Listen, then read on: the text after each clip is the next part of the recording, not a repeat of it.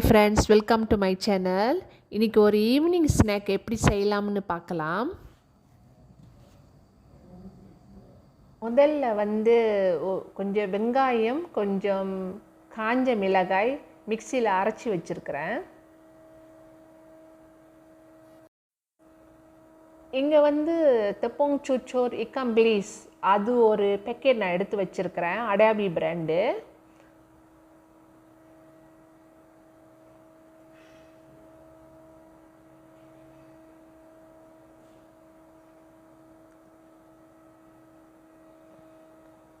இப்போ நெத்திலி நல்லா மொறுன்னு பொரிச்சு வச்சுருக்கிறேன்.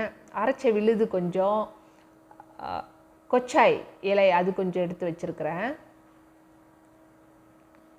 ஸோ இது எல்லாம் சேர்த்து கலந்து விட்டுக்கிறேன். இப்போ நான் இந்த மாவோட இந்த பொருட்கள்லாம் நான் கலந்து விட்டுக்கிறேன். இது நம்ம ஐஸ் வாட்டரில் தான் நம்ம ஊற்றி பிழைஞ்சிக்கணும் மாவை.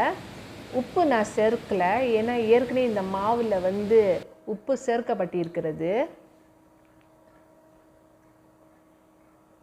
நெத்திலி ஏன் பொரிச்சு போடுறோம்னா அப்போ தான் இன்னும் ருசி கூடுதலாக இருக்கும், மொறுன்னு இருக்கும்.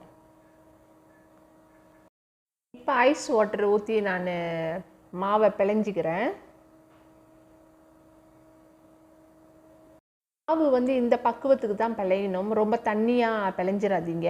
இந்த அளவு தான் பக்குவம். எண்ணெயில் போட்டு பொரிக்கிறதுக்கு ரொம்ப ஈஸியாக இருக்கும் இந்த பக்குவம்.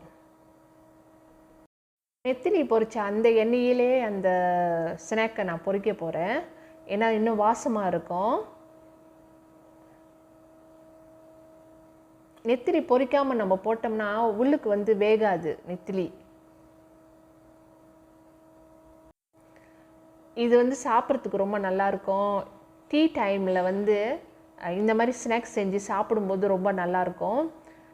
இதே மெத்தட் நம்ம கோதுமை மாவுலேயும் செய்யலாம். அது நான் உங்களுக்கு டிஸ்கிரிப்ஷன் பாக்ஸில் நான் கொடுக்குறேன் எப்படி அது செய்கிறதுன்னு.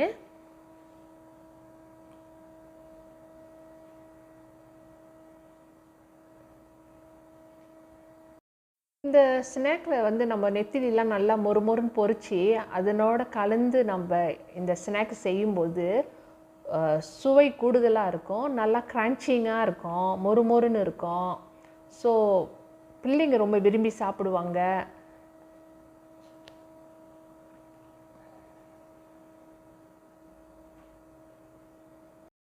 ஈவினிங்கில் என்ன ஸ்நாக்ஸ் செய்யலாம்னு யோசிச்சுக்கிட்டு இருந்தீங்கன்னா இந்த ஸ்நாக்ஸ் செஞ்சு பாருங்கள். இது சாஸில் தொட்டு சாப்பிட்டோம்னா ரொம்ப ருசியாக இருக்கும். பிள்ளைங்களுக்கும் ரொம்ப விரும்பி சாப்பிடுவாங்க.